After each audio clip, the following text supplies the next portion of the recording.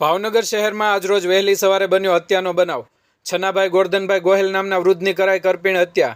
કોઈ અજાણી number plate વગરની બાઇક પર આવી હત્યા કરી હત્યારો થયો ફરાર। ભાવનગર શહેરમાં વધી રહેલા હત્યાના બનાવને લઈને લોકોમાં ભયનો માહોલ સર્જાયો। ભાવનગર પોલીસને હત્યાની જાણ થતાં પોલીસ ઘટના સ્થળે દોડી આવી હતી અને તપાસ હાથ ધરી હતી। હાલ તો ભાવનગરમાં કાયદો વ્યવસ્થાની પરિસ્થિતિ સાવ ખાડે ગઈ હોય તેવી લોકોમાં ચર્ચાનો માહોલ જોવા મળ્યો હતો। છનાભાઈ ગોહિલની હત્યા થતાં પરિવારજનોમાં શોકનો માહોલ સર્જાયો। ભાવનગર જિલ્લામાં વધતા જતા હત્યાના બનાવને લઈને પોલીસ સામે અનેક સવાલ ઉઠી રહ્યા છે। આ બનાવને લઈને પોલીસને જાણ થતાં પોલીસની ટીમ બનાવ સ્થળે દોડી આવી હતી। રિપોર્ટર અલ્ફાઝ યાફાઈ, ભાવનગર।